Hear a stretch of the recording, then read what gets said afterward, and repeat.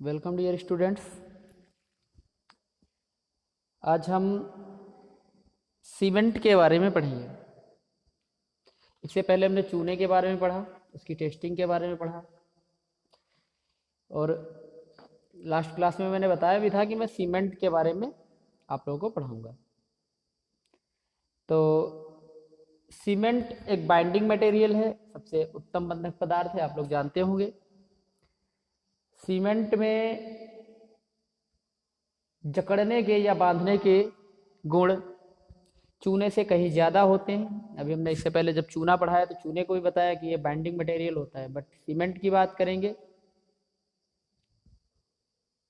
तो सीमेंट हमारा सबसे बढ़िया बाइंडिंग मटेरियल होता है।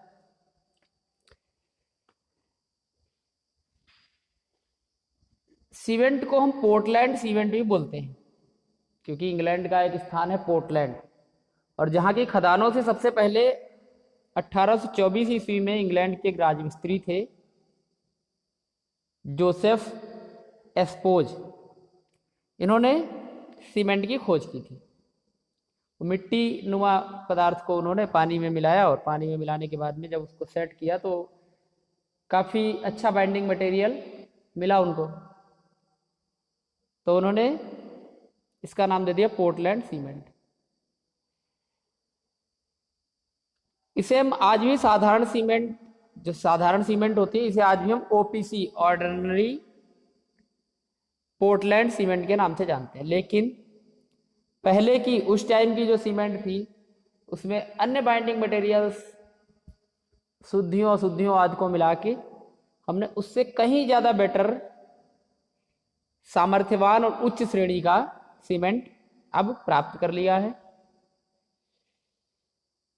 जैसे चूना हमारा, जब चूने में पानी मिलाते थे तो उसमें से ऊष्मा, चूने से ऊष्मा निकलती थी और उसके बाद में चूना हमारा ठोस हो जाता था, कठोर हो जाता था जमकर। उसी प्रकार की सीमेंट भी वो होती है, लेकिन ये चूने से भिन्न है कि इसकी जो गुणवत्ता होती है वो काफ़ी ज़्यादा उच्च होती है। बाइंडिंग करने की जो गुणवत्ता होती है वो इस सीमेंट की चूने की अपेक्षा काफ़ी ज़्यादा होती है। अब नेक्स्ट है हमारा सीमेंट के प्रमुख घटक तथा उनका कार्य। तो सीमेंट के प्रमुख घटकों के बारे में बात करेंगे तो सीमेंट के जनरली जो प्रमुख घटक हैं वो है चूना, एल्यूमिना, सिलिका, मैग्नीशिया, जिप्सम या कैल्शियम सल्फेट, लौह ऑक्साइड और सल्फर ट्राईऑक्साइड। चूना क्या करता है? जो चूना है आप लोगों को दिख रहा होगा, 60 से 65% तक चूना सीमेंट में होता है, या सीमेंट में सामर्थ्य प्रदान करता है। अगर चूने की मात्रा हम बहुत ही ज़्यादा कर दें तो सीमेंट में अधिक प्रसार और विघटन ले आता है। फिर उसके बाद में एल्यूमिना। एल्यूमिनिया क्या होता है? हमारा 6 से 8% तक होता है जनरली सीमेंट में, और ये शीघ्र जमा देता है सीमेंट को। फिर अगला सिलिका।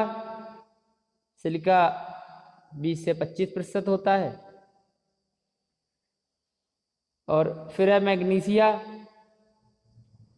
मैग्नीशिया 0.1 से 4% तक ही होती है। अगर इसकी अधिकता हम कर देते हैं तो यह हानिकारक प्रभाव सीमेंट के ऊपर रासायनिक क्रिया में सहायक होता है, लेकिन अगर इसकी अधिकता कर देते हैं तो वही रासायनिक क्रियाएं जो होती हैं उल्टा सीमेंट का ही क्षय करने लगती है। फिर अगला जिप्सम या कैल्शियम सल्फेट। जिप्सम जो होता है मंदक का कार्य करता है, 2 से 3% मिलाया जाता है सीमेंट में और जमने की क्रिया को बढ़ा देता है। मंदक का कार्य करता है, जमने की क्रिया को बढ़ा देता है जिप्सम। फिर अगला है लौह ऑक्साइड। लौह ऑक्साइड रंग प्रदान करते हैं जनरली। रंग अगर हम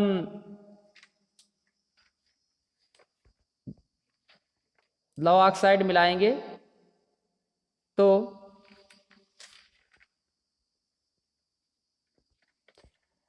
पीला, भूरा या लाल रंग प्राप्त होता है। फिर उसके बाद में है हमारा सल्फर ट्राईऑक्साइड।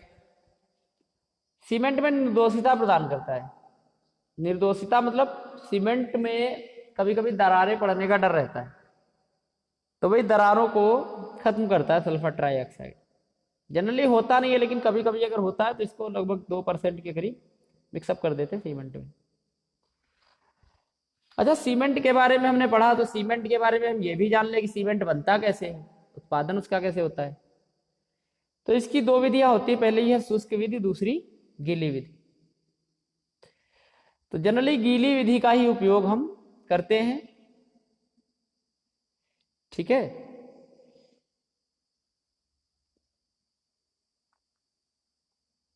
होता क्या है, सबसे पहले कच्चे पदार्थों का संदलन करते हैं, जो भी होते हैं कच्चे पदार्थ जिनसे कि हम सीमेंट बना रहे हैं, जो अवयव अभी हमने बताया आपको, उनको लेते हैं और लेने के बाद में उनको क्या करते हैं, अच्छे से उनको मिक्सअप करते हैं, एक साथ में एक समान अनुपात में हम उनको मिला लेते हैं। फिर मिश्रण की गीली पिसाई की जाती है, मतलब उसको हल्का सा गीला कर लिया जाता है जिससे कि पिसाई में सुविधा रहती है, और उसको अच्छे से पीस लिया जाता है और उसको संग्रह कर लिया जाता है।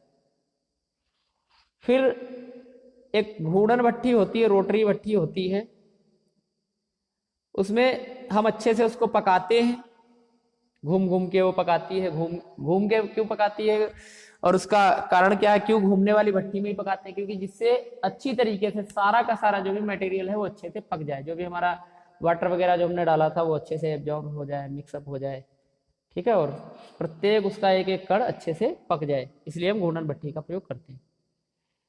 जब उसको पका लेते हैं, वो स्लरी वही जो होता है हमारा, उसको जो पका लेते हैं, गीला मिश्रण, उसको जो पका लेते हैं और पक के जो तैयार होता है उसको हम क्लिंकर कहते हैं, क्लिंकर। क्लिंकर को जब पक जाता है उसको ठंडा होने के लिए रख देते हैं। फिर क्लिंकर को ग्राइंडिंग मिल में महीन चूर्ण के रूप में पीस लेते हैं और पीसते टाइम ही हम जिप्सम मिला देते हैं, ठीक है। और उसके बाद में उसको हम संग्रह कर लेते हैं और पैकिंग करने के बाद में उसका हम बिक्री कर देते हैं। तो इस प्रकार से हम सीमेंट का उत्पादन करते हैं। फिर अगला है सीमेंट के विभिन्न प्रकार। सीमेंट के प्रकारों के बारे में पढ़ेंगे तो हमारे सिलेबस में सीमेंट के 11 प्रकार हैं, जनरली जो होते हैं 11 प्रकार होते हैं और वो 11 ही हमारे सिलेबस में है। पहला है साधारण पोर्टलैंड सीमेंट, ओपीसी जिसे कहते हैं, ऑर्डिनरी पोर्टलैंड सीमेंट। फिर पोर्टलैंड पोजोलाना सीमेंट, पीपीसी। फिर शीघ्र कठोर होने वाला अथवा शीघ्र बलग्राही सीमेंट। फिर शीघ्र जमने वाला सीमेंट, अल्प ऊष्मा सीमेंट, सल्फेट प्रतिरोधी सीमेंट, वात भट्ठी सीमेंट, सफेद एवं रंगीन सीमेंट, उच्च एल्यूमिना अथवा अति सल्फेट सीमेंट, प्रसारक सीमेंट और जल प्रतिकर्षी सीमेंट। साधारण पोर्टलैंड सीमेंट ओपीसी की बात करेंगे तो यह ग्रीन ग्रे कलर का होता है, हल्का सा ग्रीन और हल्का सा ग्रे कलर का होता है, ठीक है। इसका प्रारंभिक जमाव काल जो होता है 30 मिनट और अंतिम जमाव काल 10 घंटे होता है। मतलब 30 मिनट के बाद में जमना स्टार्ट कर देता है जब भी इसको हम लगाते हैं, और उसके बाद में 10 घंटे के बाद से जमना बंद कर देता है। 10 घंटे तक ही जनरली ये जमता है। यह 33, 43, 53 आदि ग्रेड में उपलब्ध रहता है, और इस ग्रेड का मतलब होता है शीघ्र बल ग्रहणता, मतलब उतनी ही जल्दी या सॉलिड हो जाएगा और जो भी उसमें हम लगाएंगे उसको ग्रहण कर सकेगा, ठीक है। अगर 3 दिन के बाद में इसकी सामर्थ्य देखते हैं तो 105 kg पर सेंटीमीटर स्क्वायर, और अगर 7 दिनों के बाद में देखते हैं तो 115 kg पर सेंटीमीटर स्क्वायर तक होती है इसकी सामर्थ्य। इसको चिनाई कार्यों, इंजीनियरिंग कार्यों, टीप, प्लास्टर, सीमेंट, कंक्रीट और आरसीसी में प्रयोग किया जाता है। अगला है पोर्टलैंड पोजोलाना सीमेंट, पीपीसी। इसमें 10 से 25% तक पोजोलाना पदार्थ मिलाया जाता है। पोजोलाना पदार्थ होता क्या है, एक विशेष प्रकार की मिट्टी होती है, या हम कहें ज्वालामुखी की राख जो है, या हम कहें जो बिजली घरों से जो राख जो निकलती है, ये सारे के सारे पोजोलोनिक पदार्थ हैं। और ये पोजोलोनिक पदार्थ इसीलिए मिलाए जाते हैं जिससे कि सीमेंट की कीमत कम आए, लागत कम आए। इस सीमेंट की जलभेद्यता, सुकार्यता और सल्फेट प्रतिरोध अच्छा होता है, और इससे ऊष्मा भी कम निकलती है। ऊष्मा क्या निकलती है? जब हम सीमेंट में जब पानी जब मिलाते हैं तो पानी और सीमेंट आपस में कंबाइन होकर केमिकल रिएक्शन करते हैं। केमिकल रिएक्शन से काफी ज्यादा हीट डेवलप होती है, तो वही हमारी ऊष्मा इससे कम निकलती है पीपीसी से कंपेयर टू ओपीसी। फिर उसके बाद में हम देखें अगर सीमेंट में कंक्रीट वगैरह जो मिलाते हैं, ये जनरल पॉइंट है, हम जरा सीख लेते हैं। सीमेंट में जो कंक्रीट वगैरह मिलाते हैं, कंक्रीट मेनली दो वर्क करता है।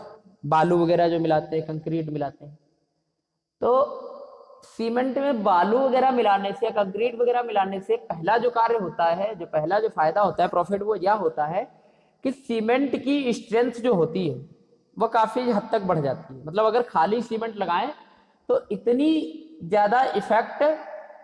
ज्यादा इफेक्ट प्रोवाइड नहीं करेगी। हो सकता है थोड़ी देर के बाद में हमारी ईंट उससे छूट जाए, या ना भी छूटे तो उसकी जो सामर्थ्य जो रहेगी वह खाली सीमेंट से इतनी ज्यादा नहीं रहेगी जितनी कि कंक्रीट मिलाने से हो जाती है। जैसे फेविक्विक होता है ना, फेविक्विक हम लोग घरों में लगाते हैं, तो जब कहीं भी लगाते हैं, कोई भी दो जॉइंट्स को आपस में जोड़ते हैं तो उसके बीच में मिट्टी वगैरह कुछ भर देते हैं, तो मिट्टी क्या करती है, उसकी स्ट्रेंथ और भी ज्यादा बढ़ा देती है।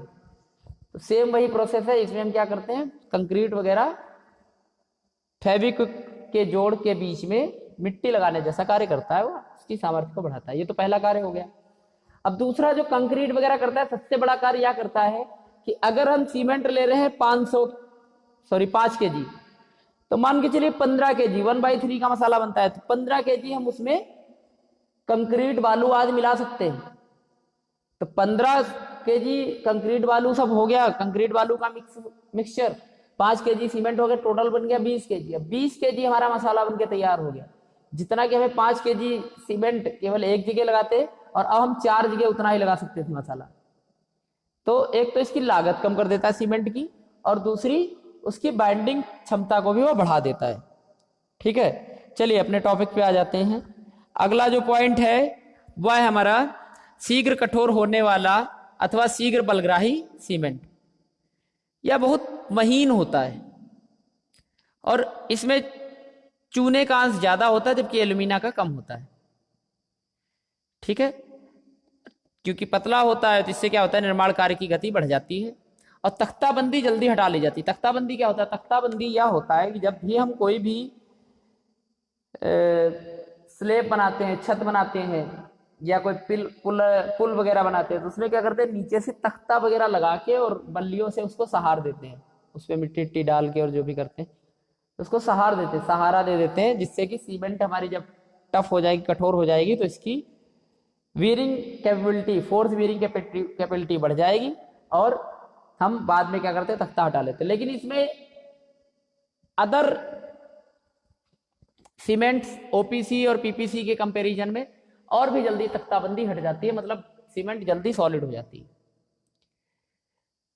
5 मिनट से 30 मिनट तक में सीमेंट जम जाती है। 5 मिनट से जमना स्टार्ट करती है तो 30 मिनट तक सीमेंट जम जाती है। सॉरी, इसमें नहीं है, शीघ्र कठोर होने वाले नहीं, ये चूने का अंश ज्यादा और एल्यूमिना का कम होता है।